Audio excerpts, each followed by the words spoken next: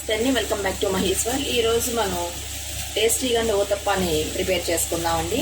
జనరల్గా మనం బ్రేక్ఫాస్ట్ అనేసరికి ఇడ్లీ దోశ ప్రిపేర్ చేస్తుంటాం. అలా కాకుండా డిఫరెంట్గా ఉండాలి, హెల్తీగా తీసుకోవాలనుకుంటే పిల్లలకి ఫుల్గా కూడా ఉంటుందండి. టేస్టీగా ఉండే ఊతప్పాన్ని ప్రిపేర్ చేసుకోవడానికి మనం ఒక 6 అవర్స్ ముందుగానే ఒక కప్పు మినపగుళ్ళు, ఒక కప్పు బియ్యం తీసుకుని శుభ్రంగా కడిగి నానబెట్టి ఉంచాలండి.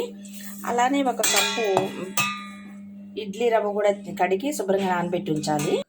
చూస్తున్నారు కదండి, మినపగుళ్ళు బియ్యం బాగా మెత్తగా నానిపోయినాయి.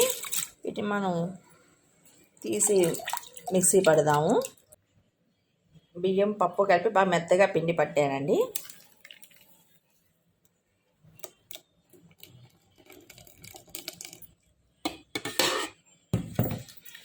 అలాగే మనం ఇడ్లీ రవ్వ కూడా నానబెట్టాం కదండి, దీన్ని కూడా మనం గట్టిగా పిండి దానిలో ఆ పిండిలో కలిపేసేయాలి.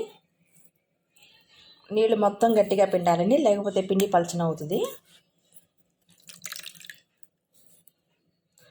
మనం ఇడ్లీ పిండి దోశ పిండి కాకుండా ఇట్లా సగం రవ్వ సగం బియ్యం కలిపి వేసుకుంటే ఆ టేస్ట్ బాగుంటుందండి. ఒట్టి బియ్యంతో వేస్తే దోశ మెత్తగా వస్తుంది ఊతప్పం.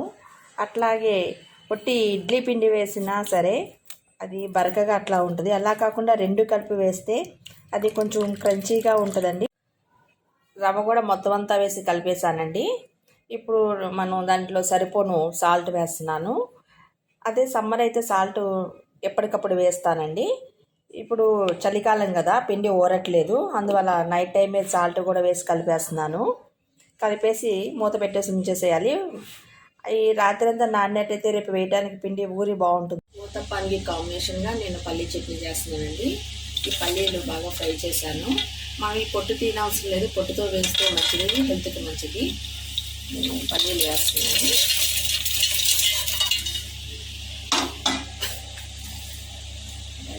పచ్చిమిరపకాయలు కూడా వేసాను.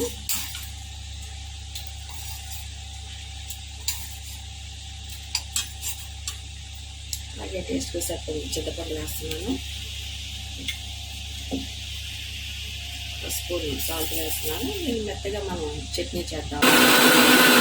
పల్లి చట్నీ తాలింపు కూడా పెట్టారండి. చట్నీ రెడీ అయింది. మనం ఊతప్పం వేసుకోవడానికి ఆనియన్స్ సన్నగా కట్ చేసి పెట్టుకోవాలి. అలాగే గ్రీన్ చిల్లీస్, అల్లం తరుగు, క్యారెట్ తురిమించుకోవాలి, కొత్తిమీర తరుగు. మనం పిండి నైటే ప్రిపేర్ చేసి పెట్టుకున్నాం కదండి, బాగా ఉబ్బినట్టుగా వచ్చింది, బాగా ఊరింది. మనం సాల్ట్ కూడా నైటే వేసేసాము. మనం ఊతప్పాన్ని వేసుకుందామండి. ఇప్పుడు బ్యాటర్ బాగా కలపాలండి. పనం కాలిందండి. మనం కొంచెంగా వేయకూడదు, ఇది కాస్త మందంగా వేసుకోవాలి.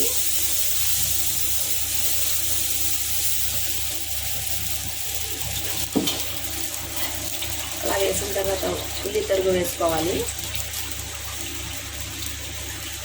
కొంచెం గ్రీన్ చిల్లీస్, అలాగే అల్లం తురుము, క్యారెట్ తురుము, కొత్తిమీర తరుగు, కొంచెం జీరా వేయాలి. వేసి చుట్టూ మనం ఆయిల్ వేయాలండి. దీన్ని ఇప్పుడు మనం మీడియం ఫ్లేమ్లో పెట్టి